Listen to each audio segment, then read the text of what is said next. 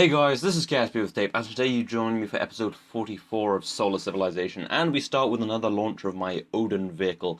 This is taking the fighter squadron to orbit, which is the fighter squadron I'm sending out to Duna, which I believe is pretty much the final part of my entire Duna fleet. I mean, once this is put together, I think maybe there's a few minor parts, and I need to take crew and a resupply up there. But yeah, this is basically done. I can head out to Duna, put down a base, and this will actually start to be a solar civilization, which is good because this is getting rather outdated, and it would really suck if I never got to, fulfill any of my dreams.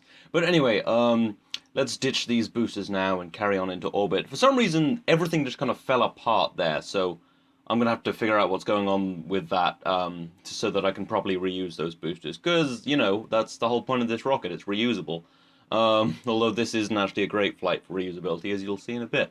But yeah, I also had a bit of trouble tipping over with this, just because, I always seem to do that with it. I have trouble with the NASA parts, just because they're not really integrated with FAR properly. And I can't fix that because this is 0.24, not 0.25 or 0.90, so there are pretty much no mod help for this now. Basically, the way it is the way it's staying. I mean, I have updated it a few times over the years, more over the months. I think this has been on like 8 or 9 months now, which is crazy. But anyway, let's ditch those fairings. And yeah, you can see the squadron all attached there. This is the same fighter we sent out to the moon to take out a satellite. But these will be defending the space around Duna. And I'm just getting rid of all these like fairings and probe bodies that were helped during the launch, but they need to be ditched into the atmosphere since they are not reusable. Much like the Falcon 9, first stage that was launched this last weekend. It did actually hit the launch pad, didn't it? But it exploded. No, it didn't explode. It touched down hard, I think, or just like fell off or something. Basically, it couldn't control itself on its final bit of descent because it didn't have enough hydraulic fluid in the actuators and the fins. So I think it just lost control and then broke. But that's still amazing that they got it down on target. That is actually incredible when you think about it. They got it within 70 feet. That's like from space. Well, actually not from space, from suborbital, but still, and that's insane. Anyway, the big oversight I've made on this is I upgraded from thrusters to reaction wheels on this Odin vehicle so that I could turn more easily in landing. However, I accidentally put the reaction wheel in the wrong place, so it decoupled with the payload, which means I am going to have to deorbit this with no chance of reusability. Although, well, I could have, but it would be incredibly difficult, and my trajectory would have got all screwed up with the gimbaling of the engine, so it really wasn't worth it. Anyway, so let's decouple that. It is going to be annoying getting rid. Well, it would be annoying getting rid of that reaction wheel on the back of the engine because it can't be decoupled. But this is a fighter squadron, so they can probably figure out a way to shoot it off, but hopefully not hitting the other spacecraft with the bullets. But yeah, there are no men on board right now because none of my Duna crafts are inhabited right now. But I started building them ages ago, and that would have just used up unnecessary life support and added to the craziness of being in space. And we don't want our astronauts going space crazy because that would be rather terrible. Anyway, I have started planning my encounter with the kind of fighter carrier. Although it's nothing that impressive, nothing Macy Dean style where he'd build giant carriers with like big hangars and dock things inside. This has just got a little kind of covering to protect it from potential bullets. But I am just using the RCS on the fighters, which you can't see brilliantly, but you can kind of see a bit, to move in because, well, I can't use that back engine, and I don't want to start breaking up the squadron right now before we're anywhere near the spacecraft, because that would make it rather annoying to move in. So yeah, just drifting around, and we have our close approach with the spacecraft, and I just always like to take a look at how much debris I have in orbit. It's getting pretty ridiculous. On pretty much every launch I come close to some debris. One day it's just going to hit me, and that'll make a damn good episode, so I'm not going to clean up the debris. Well, I say one day, I'm not sure. That sounds pretty unlikely, considering the vastness of space and considering the small amount of time I spend in it. Anyway, we're coming into the Duna military craft. Yeah, gonna need a name for that as well. The DMC. Well, I'll think of something cool, because the orbital station is going to be called DOS, the Duna Orbital Station. The ground station I'll think of something. And then this will also need a name, because we can't just call them Duna military craft. That is no fun. Anyway, it is time to decouple our first fighter and not send it straight to the military craft. Well, I don't know what's going on right now because Sony Vegas is being a huge asshole as per usual. So I literally can't see what's going on, but I can give you a rough commentary. I'm gonna actually just try and power through this because I'm not letting Sony Vegas win. So I will have probably decoupled the fighter by now, and I'll be moving round to the back of the fighter squadron to use the 50 caliber turrets to shoot off the reaction wheel. And before anyone asks where I got the turrets, I got them from BD Armory, the mod that provides all of the wonderful weapons you can use in Kerbal's space program. I did do a mod list once, but that won't include BD Armory, and that will be a version out of date. And probably all the links will also be out of date. Yeah, this whole game save is out of date, so yeah, pretty much no point asking me about the mods. I'm pretty sure some of them are completely outdated now, and many of the ones you see here will have changed so much that this literally can't be upgraded to .90, which is a shame. It does date the series. But I'm guessing by now I've pulled out the weapons using the weapon manager on the bottom of my fighter and have selected the 50 calibers and maybe even have shot off the reaction wheel by now. Again, still can't see what's going on because Sony Vegas is a wonderful human being. But yeah, so I haven't hit the spacecraft, which is nice because as are experimental, we wouldn't want to break them. The military would be very angry at it. Although if I did break one, I could just deorbit it and send over the one I do have docked to the Fuel Station Alpha, which is still there after the moon mission where I had to take out a moon satellite which was spying on us. It does appear I have got my vision back. Wonderful! Thank you, Sony Vegas, you stupid prick. Anyway, it's time to send this over to the military spacecraft, so we're back into 1 times time accelerate. If it doesn't render that, I'm going to go and kill Sony. No, I'm going to send them an email, because that is how you deal with something that offends you. Yeah, thought I'd put that in there. Anyway, we're going to move into the Duna military craft. Yeah, just dock in these hangars. Because yeah, these hangars. Oh God, that's all thrown me off now. I don't know. That was a horrible, awful thing. Did do a vlog about it, but there was also some other stuff in there, and I wasn't really happy with it, so I didn't upload it. But yeah, you know, Je suis Charlie. I just can't let that go by that easily. But anyway, enough of that. We're gonna dock with the spacecraft in these little hangars I've constructed. Basically, these are just outer armor, and these kind of fuse with the armor of the Scorpion spacecrafts. I have slowed down to show you how horrible this frame rate was. A lot of horrible frame rates in this, in this episode, but they're mostly sped through. But you will see. I'm also doing some moon stuff, moon-based stuff later, which will, be very horribly frame rated. But yeah, basically those white panels connected with those panels on the Scorpion spacecraft actually provide pretty well-rounded armor. There are a few gaps, but it is will hopefully, if there was some sort of attack on the spacecraft, would pretty well protect these fighters, because it's protected from the underside by that white armor and the front, protected on the actual sides by the by its own armor, and protected by the rest of the spacecraft. Anyway, I'm just going to speed through this. I moved this in. And then I did lose a little bit of footage, but that's in the future. That's just a docking of another one of these spacecraft, which is, nothing too interesting. And there are 3 more in this video. Well, 2 more in this video. There have been 3 total. But yeah, when the game crashes, Bandicam loses pretty much all of the footage, which makes me think I should probably go back to Fraps. Because Bandicam's good until there's a game crash, then it's just basically completely destructive to video making. And that's very annoying with something like, actually no, it seems to save quite well on Far Cry, and Far Cry does crash a lot.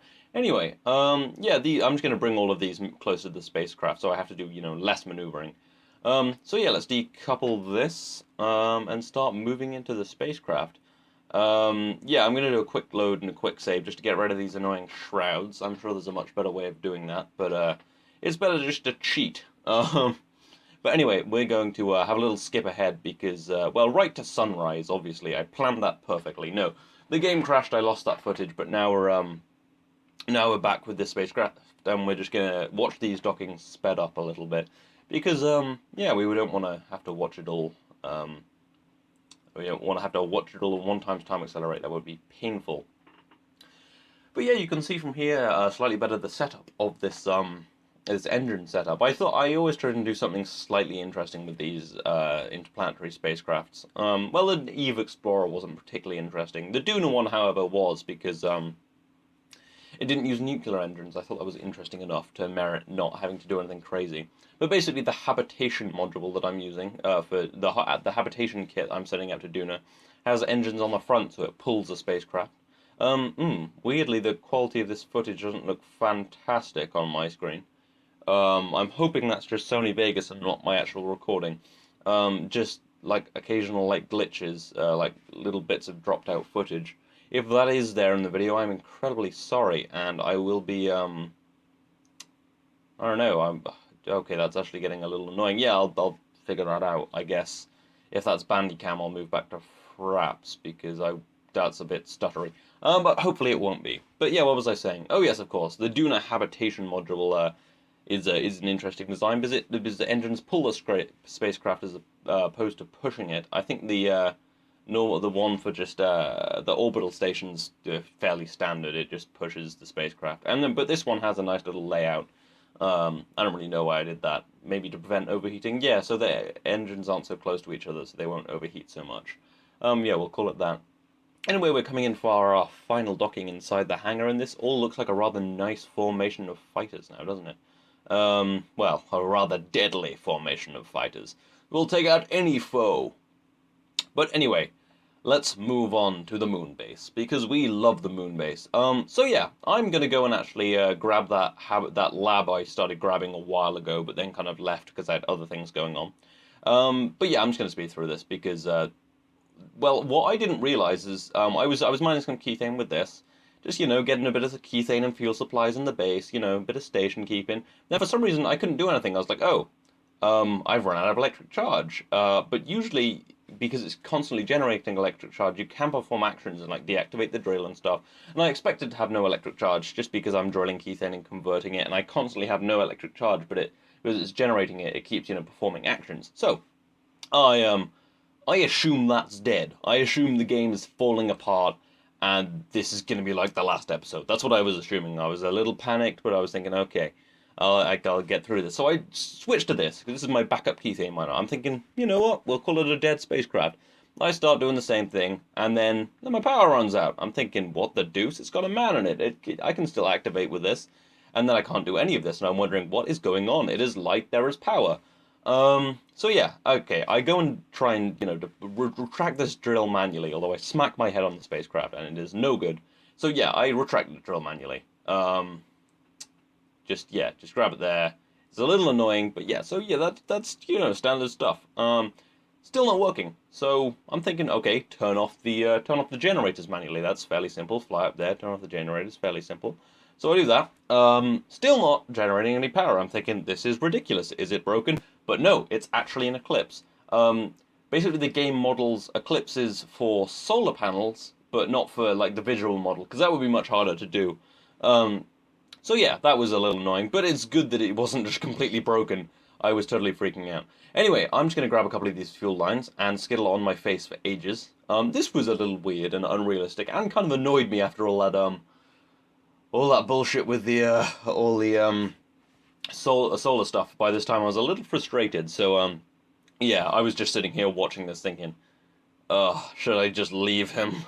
But no, he gets up. We're not going to leave a man behind. He's a grand Kerbal. He just smacked his head on a drill.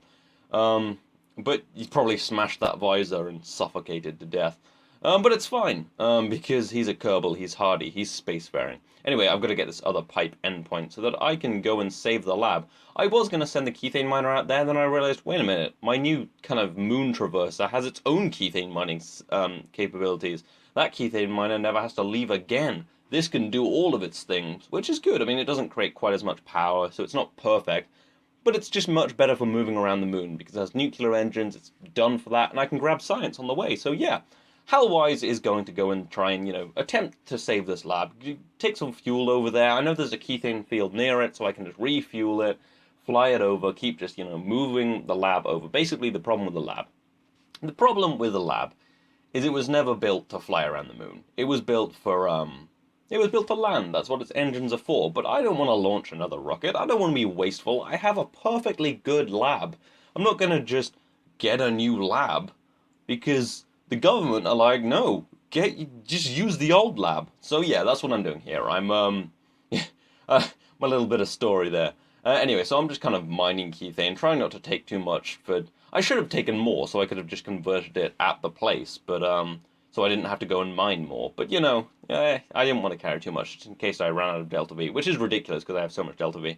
So I'm just trying to fill up on liquid fuel and oxidizer. And as you can see, I have the right goddamn amount of liquid fuel and the right amount of oxidizer right there. But they burn down at different rates. I think maybe I have somehow an extra oxidizer tank somewhere. I don't know. Anyway, I am going to speed this up because you can see the frame rate's pretty mean in 1x time accelerate. Anyway, it's time to swerve off over here, and once I get some speed up, I will just speed this whole thing up so that we can fit this in an episode and go and land near that near the lab. So yeah, let's get going. We're heading across the moon in our brand new spacecraft, our next generation self-sufficient spacecraft. You know, pretty cool.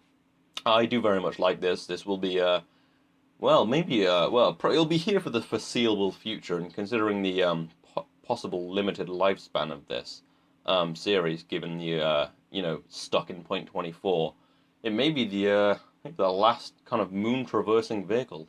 But I don't know. I honestly don't know when this series is going to end. And well, I always say just, well, it'll end when people stop watching it, but people aren't stopping watching it, so you know. We'll see. I like doing it, but I was all worried like, oh, I'm not playing Point 90 Korea, but now I'm actually doing that with Zeus or Matt, the guy I'm doing a collab with. So yeah, if you want to see that, I will be doing a Point 90 Korea at some point in multiplayer. So you know, it'll be more interesting than just other Point 90 Korea. So you know, this can keep going because I'm doing Point 90 stuff. I'm still relevant, guys. But yeah, no, anyway. Let's bring this down here, bring it down to the moon lab. Just a nice landing. I have so much Delta V, I can be all inefficient and try and land precisely. I should have got closer, because that's too far away from the fuel lines. And as you'll see in a bit, I'm not great at precision flying. But yeah, this is 1x time accelerate. Give you a nice little idea of how fast I land. I try to come down slowly, but with these things, it's always a little more difficult. Just because, you know, thrust's a little cray. Not crazy, cray. That's how I speak now. Deal with it. It's the new me. It's all cray. Anyway, I'm gonna speed up though, because I have a lot of fuel line shenanigans, and not too much time to get this in. Although this is actually above 20 minutes, whereas some of my previous episodes have been shorter. Although I do like to just keep it around 20 minutes for these episodes, because like my LP games, like Far Cry, are like much longer episodes, but I think KSP is quite good in 20-minute episodes.